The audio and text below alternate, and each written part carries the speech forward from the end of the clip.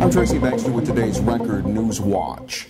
Communities throughout our region are hoping not to find themselves in the path of any more storms this week. High winds from a thunderstorm brought down tree limbs and cut electrical service to a section of the Wurtsboro-Mamakating area late yesterday afternoon, the latest in a series of late-day storms that have caused damage and have resulted in scattered power outages, keeping utility repair crews busy. There's a slight chance of additional storms popping up in parts of the Catskills and Hudson Valley today and Friday. Look for the latest weather information here at Record Online. The driver of a pickup truck was killed last night when his vehicle veered off a road in the town of Ulster. State police say speed may have been a factor in the crash off Forest Hill Drive. Troopers say the 30-year-old man, whose identity was not released as of yet, lost control with his pickup truck going down a 100-foot embankment near City View Terrace. As we said, the victim's identity had not been released, pending notification of his family. New Windsor police say he sicked his pit bull on an officer, forcing the officer to shoot and kill the dog. Now an Orange County grand jury has indicted 46-year-old Gregory Hein on several charges, including felony counts of second-degree assault, weapons possession, and aggravated animal cruelty. Police say Hein had gotten into a dispute with another man outside his Kenwood Road home, and when Hein became abusive, he released his 80-pound pit bull, ordering it to attack. According to police, the dog bit Officer Hardy Pierce in the leg, and Pierce then shot and killed the animal to stop the attack. Hein was being held pending arraignment in Orange County Court.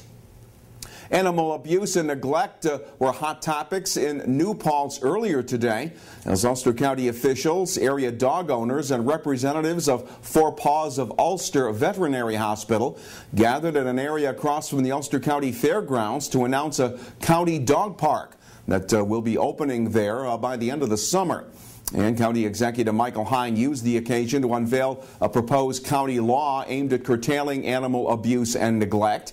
The county's anti-tethering law places limits on the length of time a domestic animal may be tied up outdoors and the manner in which they are tied. No one wants to see dogs on heavy chains outside in the bright sun for hours and hours and days on end with limited food and water and shelter. It's inhumane. And so the question is, what can we do about it? And one of the things we can do is have legislation in place so our law enforcement personnel have the tools to be able to address that.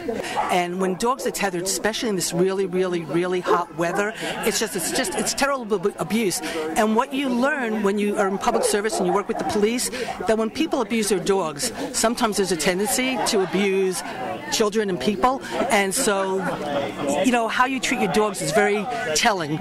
Zimmett says creation of the Ulster County Dog Park was 4 years in the making, with contributions from the town of New Paltz and volunteer help provided by Four Paws of Ulster County. County funding that'll be used to put up fencing was the final step in making the park for canines and their owners a reality. Elsewhere, high-profile activist attorney Michael Sussman wasn't in his normal place in a courtroom yesterday. He was on the witness stand in Kingston defending his handling of a 17-year-old Ulster County murder case. Sussman was testifying during a judicial hearing dealing with allegations that he had ineffectively defended a man who was convicted of second-degree murder back in 1997. At the time, Sussman was the attorney for Vincent Zay, who's now serving a 20 years to life sentence for the fatal stabbing of his estranged wife Kim in Shungum. During the hearing, Sussman defended his decision not to suppress certain evidence or make any motions challenging a police interrogation that lasted 26 hours.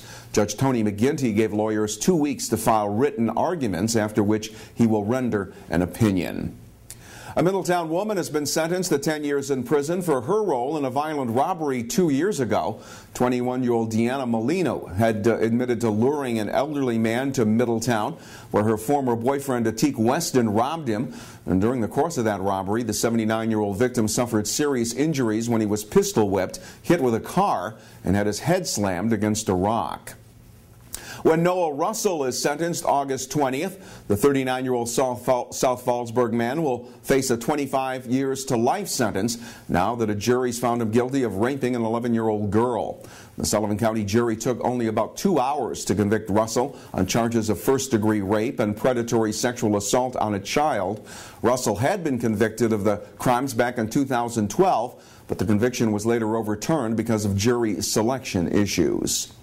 And words of warning from Senator Chuck Schumer, who says work on federally funded highway projects in the region, like the Route 17 Exit 122 improvements in the town of Wallkill, could stop as of August 1st, when the Federal Highway Trust Fund is expected to drop below $4 billion, threatening a delay of a number of current projects. Schumer says a total of 63 projects in the Hudson Valley and 409 statewide could be halted unless Congress finds a way to keep the trust fund money from drying up. The Exit 122 project is currently scheduled for completion this fall. Another project that could be jeopardized, the rehabilitation of bridges on Interstate 84 across the Delaware and Neversink rivers near Port Jervis that are currently under construction.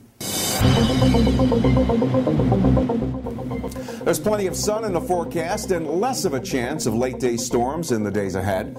Tomorrow will be partly sunny with the highs up around 85 degrees Friday. Saturday will be partly sunny and warm with temperatures reaching the upper 80s. We'll get an edge on the day by starting it with the Times-Herald Record.